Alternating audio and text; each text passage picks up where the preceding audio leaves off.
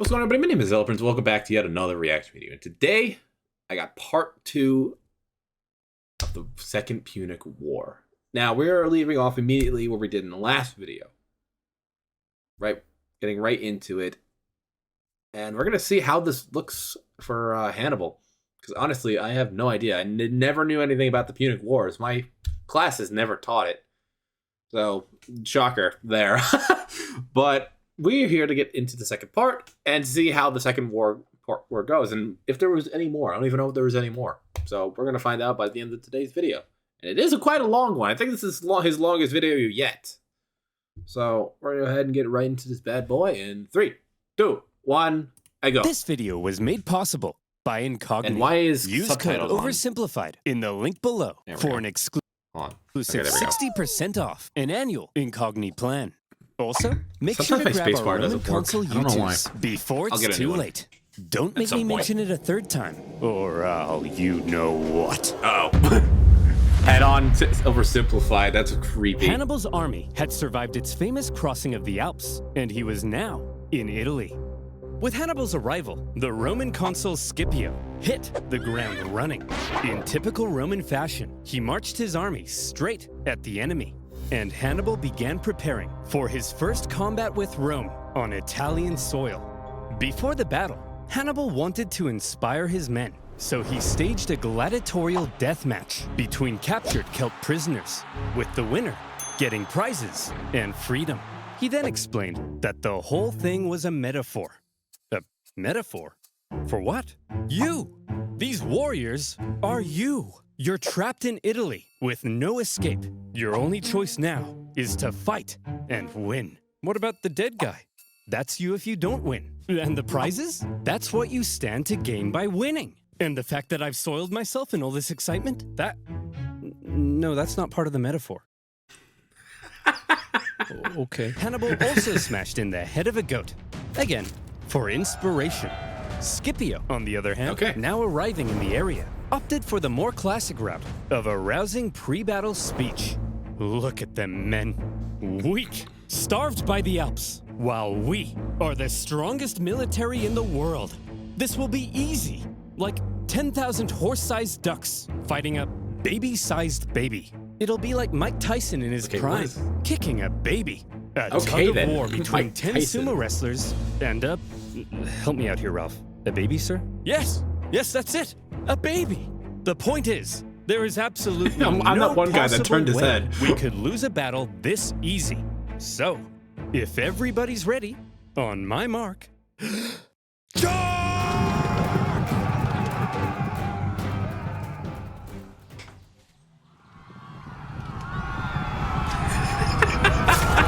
The Battle of Ticinus was over almost as soon as it had begun, as the Romans found themselves completely outmatched by Hannibal's famed lightning-fast Numidian cavalry, a key element in Hannibal's devastating double envelopment tactics. In the chaos, Scipio was wounded. Thankfully, according to some ancient writers, his handsome 17-year-old son, Scipio the Younger, saw his father fall. Scipio the Younger supposedly saved his father, and in the process, earned himself a lot of daddy's kisses.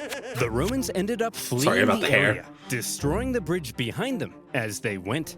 For a nation so overtly confident in victory, believing Hannibal to be an easy kill, the Romans found themselves running away with their tail between their legs. It was humiliating. And you know who thought so as well? Hannibal. The Celts.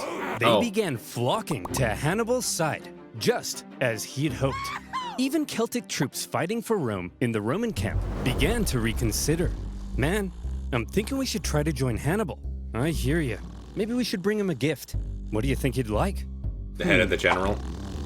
Oh, I know. Hey, Hannibal, we want to join your side and we brought you a present.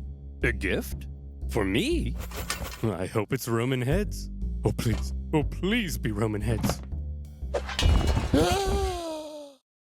How did you know? Running away from Hannibal was humiliating enough, but having dozens of Romans beheaded in the night, now that's embarrassing. I think that's beyond embarrassing. That's morally battle, but the psychological impact it had early on was huge, and it was only just a taste of what Hannibal was capable of. Despite the shocking initial loss, however, Rome still didn't seem to fully understand the danger posed by the monster now loose in their territory. The Senate was full of excuses. It's those traitorous Celts. That's why we lost. Yeah, and it was a cavalry battle. Wait until Hannibal faces our almighty legions. And our consul was bold. Once he faces our other fully follicled consul, then he'll really pee his pants. Longus? That other consul, Longus, had been in the south all this time, preparing to invade Africa. These old names, I sometimes cannot pronounce them correctly. Thank you for pronouncing them, by the way, Oversimplified. He had seen some success, even capturing Malta. But then he heard the news. Hannibal's in Italy? And I'm being ordered home? But I was gonna be the big boy. I was gonna invade Carthage and win the war. Well, you can be a big boy at home. No! Does somebody need a nap, sir? No! No! No! And so Longus brought his army on the long journey north. When he arrived in the area to decisively neutralize Hannibal, the two consuls joined their forces together, creating a double consular army. But the two consuls weren't exactly on the same page. Having a nice rest there, old man? I'm wounded, Longus. Pathetic. You don't understand. He's more dangerous than we thought. Maybe for you. Whoops. Listen, we can't just march straight at him like we normally do. We need to train our men through the winter, and we'll try again in spring. Sorry, I don't take advice from a bowling ball. Hey! I'll kick your ass, Longus. Any day now. I'm coming! Just you wait. Oh, Scipio, you feeble old man. Scipio was apparently quite cautious after his recent encounter with Hannibal, while Longus, typically Roman, couldn't wait to give Hannibal a swirly. So who would get their way? Well, when two consuls joined their forces, it turned out the Romans had an interesting system in place. They would each take turns being the one in charge. Consul 1 would lead one day, then Consul 2 the next. Back and forth, back and forth. As you can imagine, when the two consuls didn't agree, things didn't go so well. In this case, due to Scipio's injury, Longus probably assumed even more command than normal. Hannibal had Celtic spies in the Roman camp. He fully understood the Roman system and Longus's hot-headed nature, and he knew he could exploit it. For goodness sake! What's wrong, sir? I'm trying to order some pizza, but I keep getting fed all these personalized ads about being a hothead. Okay, here we go. I'm not a hothead, am I? No, sir. Yeah. Look at this. Butt insurance? Who would buy butt insurance? Yeah, that sounds really stupid. That guy again? Oh, I forgot he was in those last two videos of Simplified's first Punic War video. I forgot about him. Brokers have collected data on you. They could sell that data to Hannibal. What? But don't worry, because you can get rid of that data with today's wonderful sponsor, Incogni. Hooray! I've been getting at you for some time to protect your personal data online. But you're a nimwit. Every single video? You didn't do it, did you? No, I didn't. Typical. And now would you look at that? Tons of data brokers have collected a heck of a lot of your personal data and might sell it to third parties like advertisers or insurance companies without you even knowing. Ever wonder where Sally from the Butt Insurance Company got your name, number, address, social security number, and favorite color from? Probably a dirty data broker. We could painstakingly contact the hundreds of brokers that have our data and politely ask them to delete it. That process would only take the average human about 3,000 years. And that's why you need Incogni.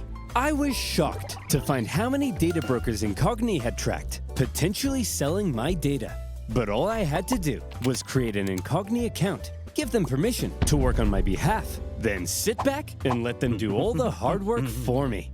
And since these data brokers don't stop there, Incogni will continuously work to keep my data safe with an annual plan. So if you want to protect your personal data too, go to incogni.com/oversimplified to get an exclusive 60% off an annual Incogni plan. That's incogni.com/oversimplified. And as always, you'll be supporting my channel. So thank you. Now, where were we? Oh yeah, Roman heads, a double consular army, and a hothead. Hannibal needed to keep smashing the Romans in battle in order to maintain the loyalty of the Celts. and so he was eager to fight another battle. The combined Roman some more, force mate? possibly outnumbered him, so he carefully crafted a clever trap, and he made sure to spring it while Longus was still in charge. The plan began with his army getting an early night's sleep. I love the addition of the promo stuff that he has in the plushies. All right, boys, time for lights out. Sorry, but we got a big day ahead of us. Tomorrow, we're gonna massacre the Romans. Good night, boys. Dream of revenge. Gorzog, send out the cavalry. Gorzog? That night, Hannibal's Numidian cavalry made their way over to the Roman camp, arriving just before dawn. Hey, Romans! Wakey, wakey! What's going on?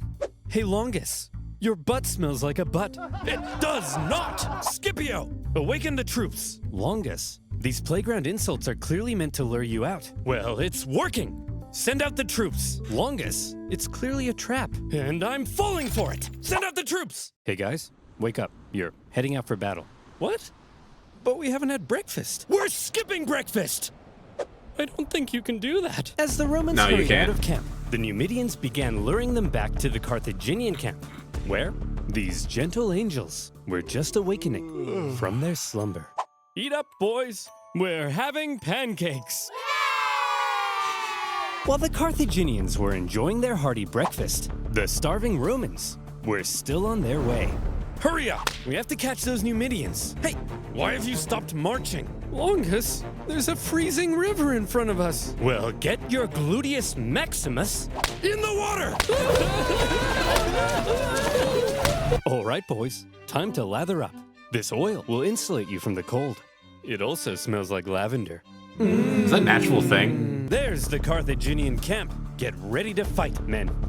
Sir, I think the water from the river is beginning to ice over. I can't move. Oh, I'm sorry. You thought war would be fun? Sitting around a nice hot campfire playing Truth or Dare with your friends? Welcome to the real world!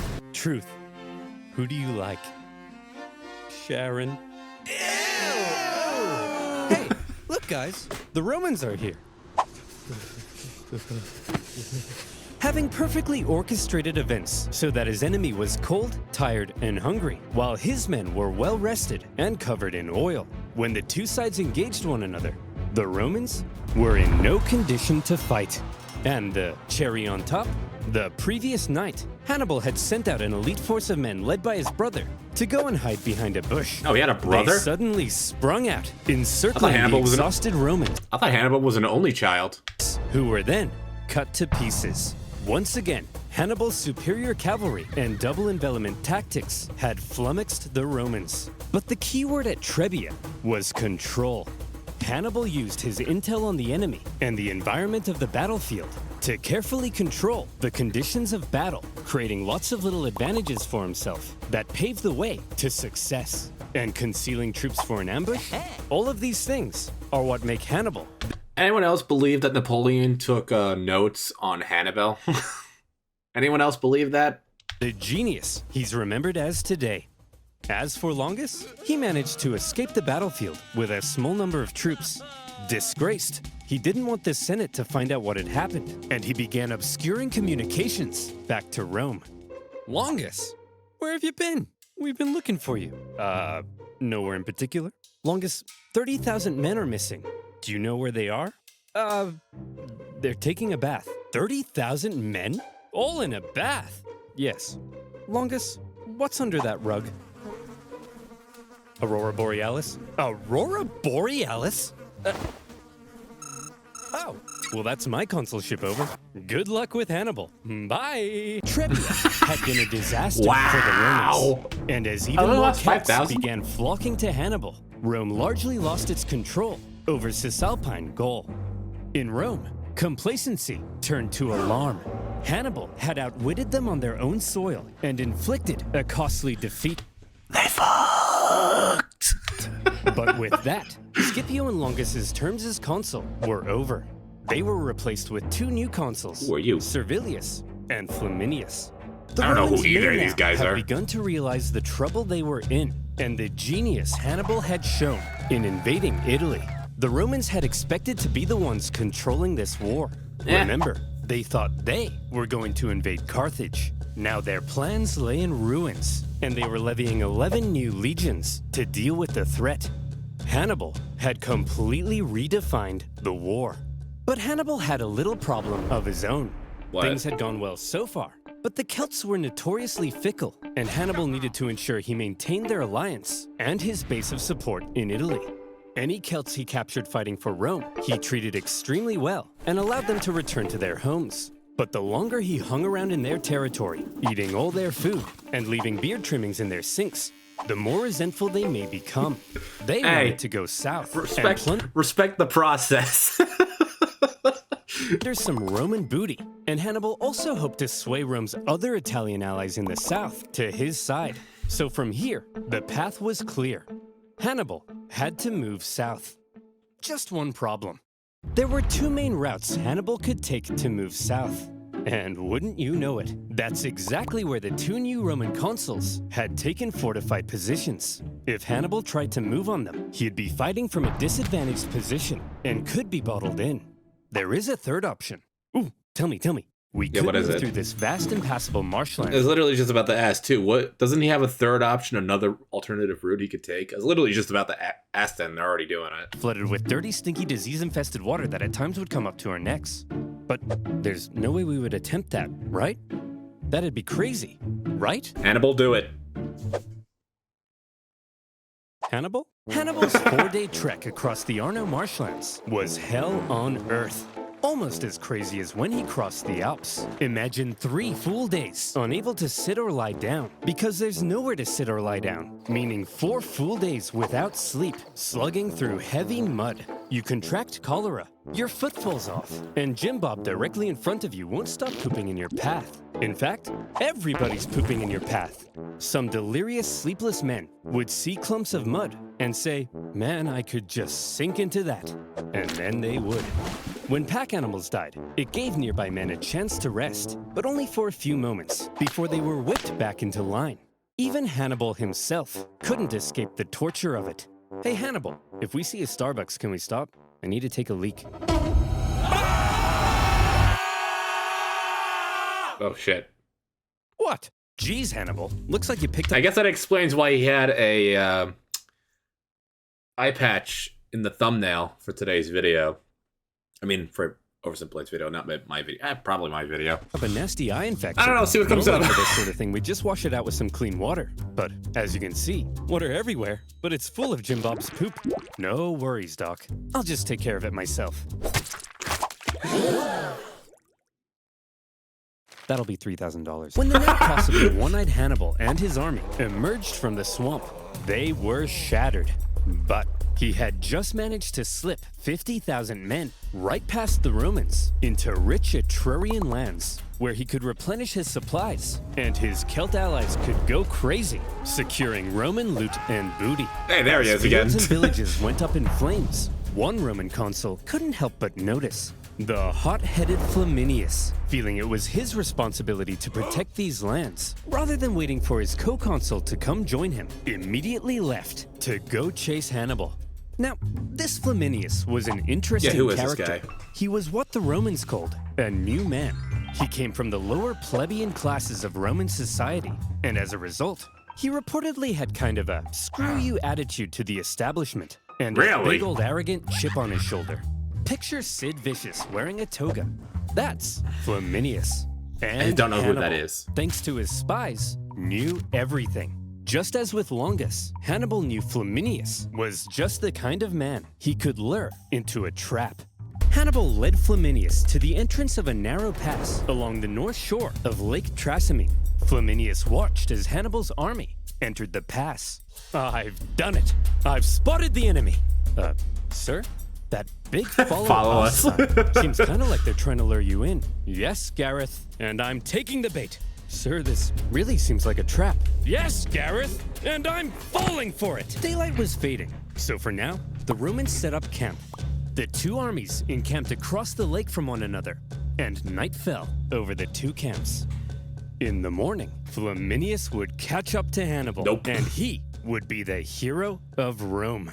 For now, the Romans got nice and comfy in their beds. Good night, Flaminius. Good night, Rome. Good evening, Hannibal. I was about to say he would attack them during the night. Total stealth. As tens of thousands of troops.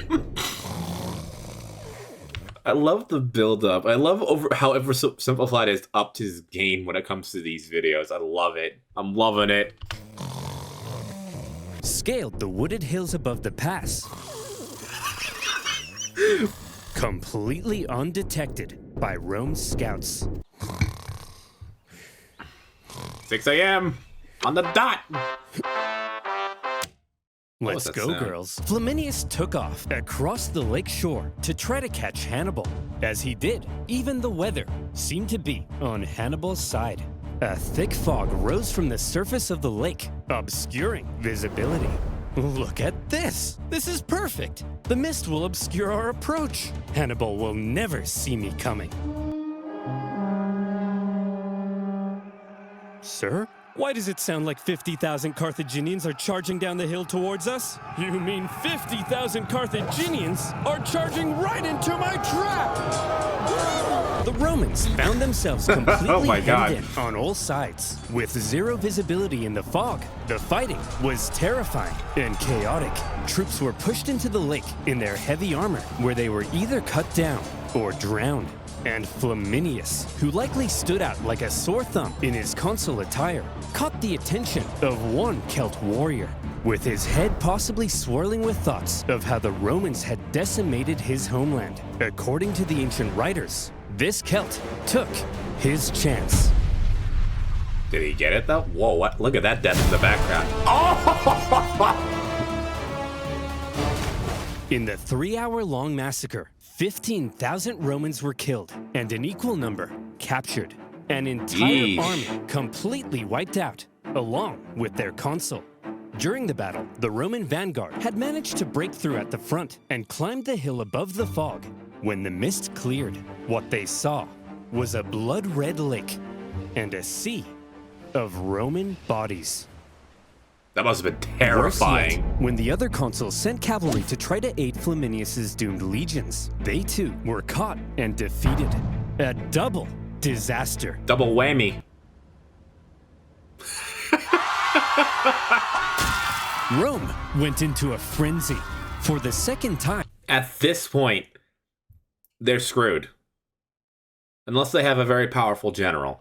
Hannibal had completely decimated an entire Roman army. Romans were dying by the tens of thousands. Common citizens began flocking to the city for safety. Women waited by the city gates in tears, hoping to hear news of loved ones. This one man, having just led his battered army across the Alps the previous year, now stood less than 100 miles from Rome. To this point, he had been a problem. Now, Hannibal was a crisis. Oh boy. And in a crisis, Rome took desperate measures. They actually had a system in place when dealing with an emergency of this magnitude. Really? They would forgo their two-consul power-sharing system and instead temporarily give one man near total power and authority. Who is this? To be as decisive as it's funny, I literally just said general and haven't even seen this yet, and they're literally doing this right now. Needed, and hopefully salvage the situation. This all-powerful position in Rome's government had a name: dictator. It's actually where we get the word. But really? Unlike modern dictators, Roman ones didn't score perfect rounds of golf or ride bears through the Siberian tundra. They held their power for just 6 months before they were required to give it up. And in Rome's hour of need, I was reading the man bottom. chosen to be dictator in 217 BC, one of the most highly esteemed members of the Roman Senate, Fabius Maximus. Oh. So how would Fabius, as dictator, confront Hannibal? Well, Fabius understood that marching all of Rome's young men straight into a one-man meat grinder was bleeding Rome dry. Hannibal was clearly too dangerous to face head-on in battle. However, he was also stuck in their territory, with dwindling manpower and forced to live off the land. It wasn't a sustainable position to be in long-term, and he could only remain there for so long. So, if Rome avoided battle with Hannibal to prevent any more crippling losses, and instead simply maneuvered around him, blocking supplies and taking out smaller contingents where possible, Hannibal would gradually become weaker, while they would gradually become stronger. And so Fabius presented his new idea to the Roman Senate. Did they go guys, with it? I have Is an the idea. question. See if you can follow me here, okay? Instead of fighting Hannibal, when he approaches, We run away. It didn't work, Nope. Fabius's strategy couldn't have been any less Roman. Romans were meant to march headfirst into battle, not run away from it. It seemed cowardly, and Fabius was extremely unpopular. At this point, Hannibal was continuing south. He The had Romans let their pride get to them. to stay on the move to keep his army fed, and he was still aiming to undermine Rome's alliances in the south. As he went, in a calculated display of aggression, he devastated the Roman countryside and killed many Romans, all in plain sight of Fabius and his army. We're just gonna Luring stand tactic. here? Yes. Are you a coward? No. But Fabius, that's my farm. Well, MacDonald, thank you for your sacrifice. You're a hero now. Think of the stories you'll tell. Old MacDonald had a farm. Shut up. But you know who else hated Fabius's strategy? Hannibal. He understood the danger he was in. Turning Rome's allies against her required Hannibal to keep smashing the Romans in battle. He couldn't do that if Fabius wouldn't fight him. Multiple times, Hannibal tried Come to and get goad me. Fabius into a fight, but Fabius wouldn't bite. Failing that, he tried to turn Rome against Fabius. According to the writer Livy, he burned down all the farms he could, but any farm he learned was owned by Fabius himself. He left well alone. Hey, Fabius. Oh, damn. Why isn't he burning down your farm? You got some sort of a secret deal with him? What? Oh, Of shit. course not. Hey, Hannibal! What? Burn my farm too, please! What? Burn my farm too, please! No! Remember our secret deal! Well, you gotta admit, he's a genius. Hannibal's problem, however, was that he had to stay on the move to keep supplying his army from I the don't know. local I lands. just heard someone At behind one me. point, he entered Campania, one of the richest regions of Italy. Great for resupplying, and great for showing up Fabius in front of Rome's South Italian allies. But he was caught in a valley, and Fabius quickly moved to block his escapes. Haha! We've got him! After he's used up all the valley's supplies, he'll starve. Sir? What are all those lights leaving the valley? Is he trying to escape? Lights in plain view. Well, that's a trap if I've ever seen one. And we're falling for it! Suspecting a trap, Fabius refused to budge. But other Romans in the valley rushed to confront Hannibal, only to find the Carthaginian army was actually just a herd of oxen with torches tied to their heads. They then found themselves caught What in kind of an loser ambush. BS is With this? the Romans distracted, Hannibal's army was able to slip away into the night, unopposed. Classic Hannibal. Wow. For all his inaction, the dissatisfied Romans mockingly dubbed him Fabius the Delayer. But the thing is, Fabius's strategy was probably the best thing he could have done. He was right that constant encounters with Hannibal were bleeding Rome dry, and the time he took allowed Rome some breathing room to recover their forces when they desperately needed to, while putting Hannibal into an increasingly more difficult position. Modern historians view Fabius's strategy as generally a good idea. To this day, the act of not engaging an enemy, but instead gradually wearing them down, is still referred to as the Fabian strategy. But when Fabius's term finally came to an end, the Senate couldn't have been happier. It was time to start fighting again. However, they probably had a little chat about how they were going to go about it. See, Hannibal's tactics up until now had been very sneaky. Or, if you're a Roman, you might say dishonorable. I'm sick of it! Every time we try to take this guy down, we march straight at him. But then, oh no! Hannibal's hiding in a bush. Hannibal's got 30,000 men up a tree. At this point, I'm not convinced my wife isn't just Hannibal wearing a disguise. Cooey. Look, this time, we obviously have to switch something up. Now granted, were Roman, so we're gonna march straight at him without thinking. That can't be helped. It's in our blood. But I have a proposition. This time, when we march straight at him, we do it with a massive army. I'm talking like 80,000 men. It won't matter what kind of shenanigans he pulls. He can hide in all the bushes he wants. There's no way he can possibly beat off 80,000 men. That is suggestive. Yeah. You know what I mean? And so it was. With two Glad I wasn't the only consuls, one that thought Rome that. put together a massive army, the biggest Rome had ever fielded, to put Hannibal away once and for all. To gather the men required, 2/3 of them ended up being completely inexperienced. But how much experience does it take to be expendable war fodder?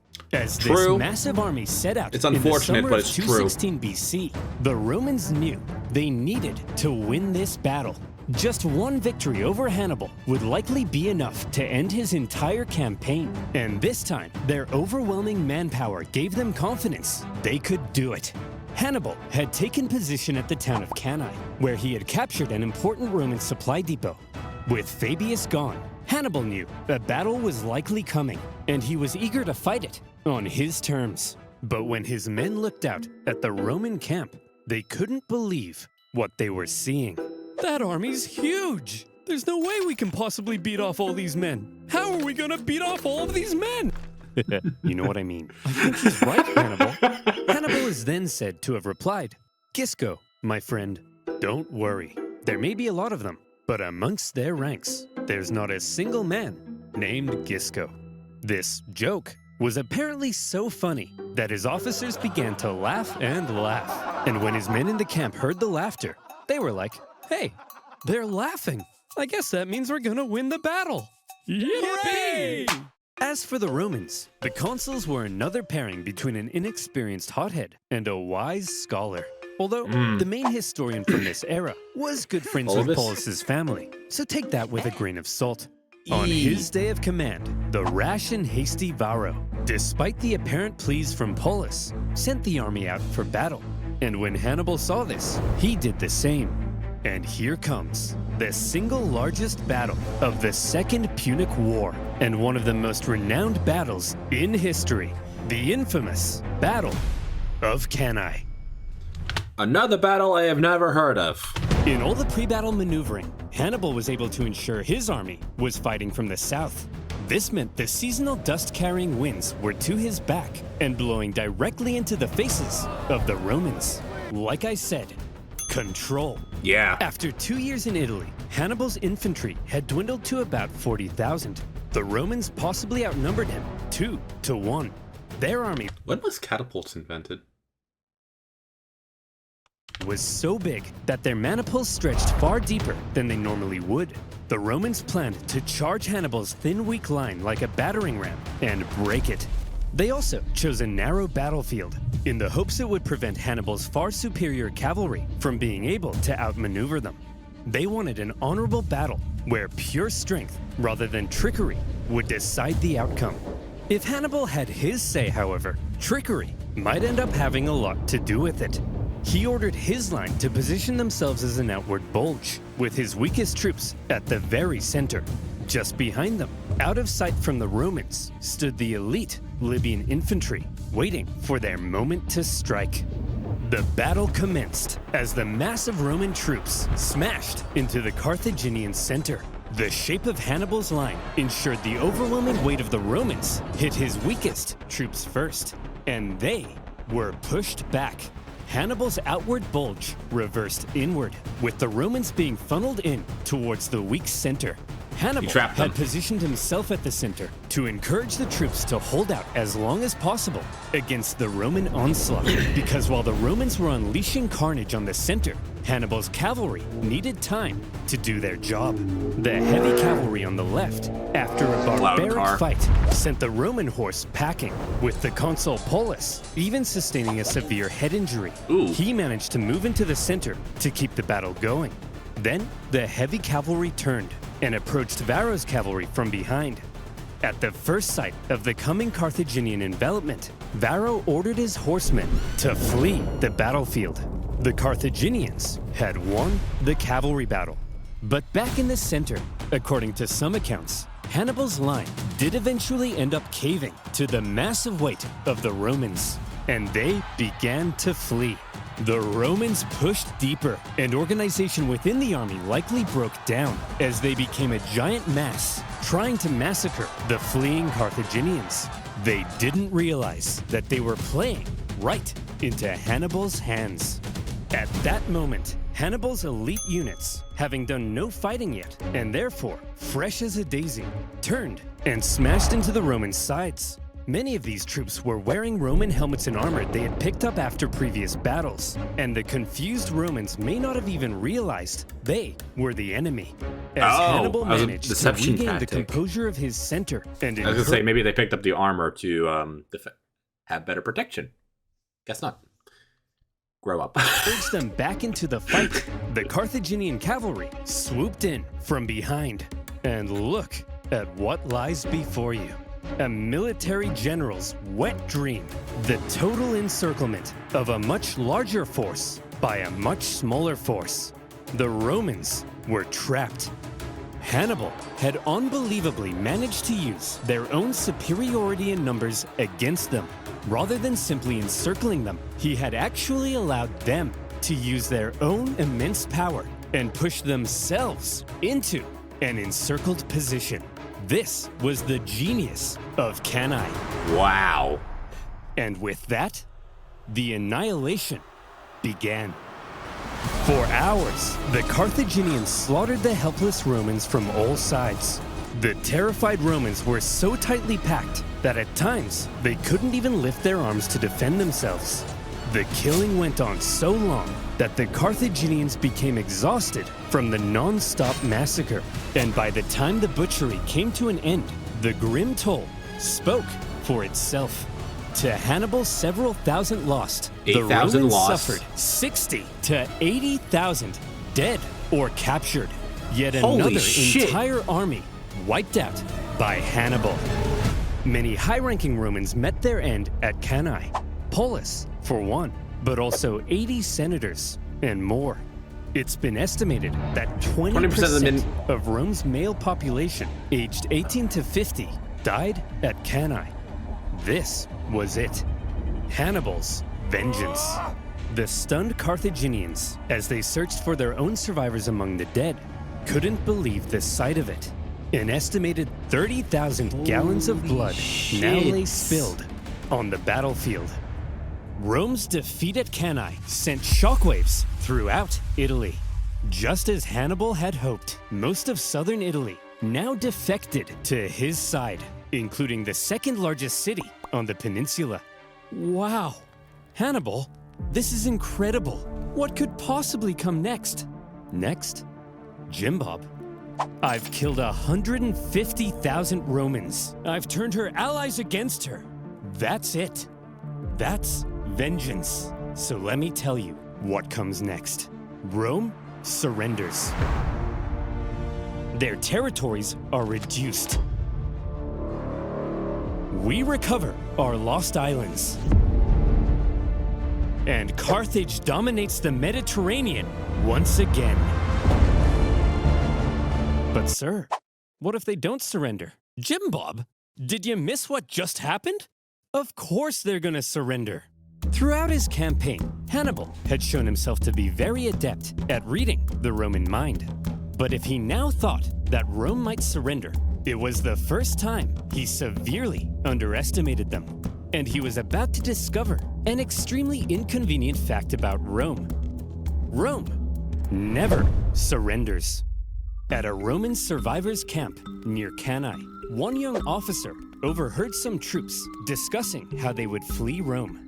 Drawing his sword, he threatened to cut down any man that would abandon Rome in its hour of need.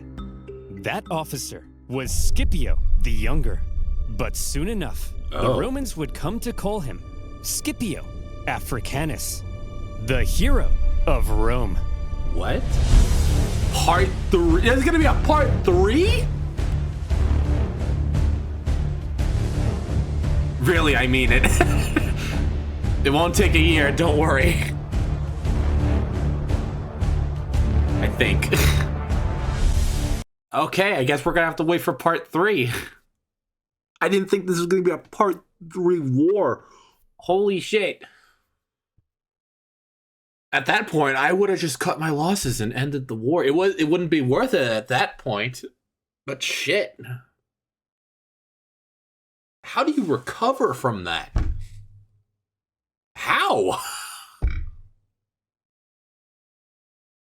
Even I'm lost for words. Hannibal really did beat the hell out of Rome in this one, but with Scipio, I don't know how this is going to end. With Hannibal's death? With Hannibal's surrender? I don't know. We're going to have to wait until part 3 to figure that out. So, in the meantime, hopefully you guys enjoyed today's reaction video. Please like and subscribe and all that stuff, guys. And I will see you in the next reaction video and the next time part 3 comes out. Bye!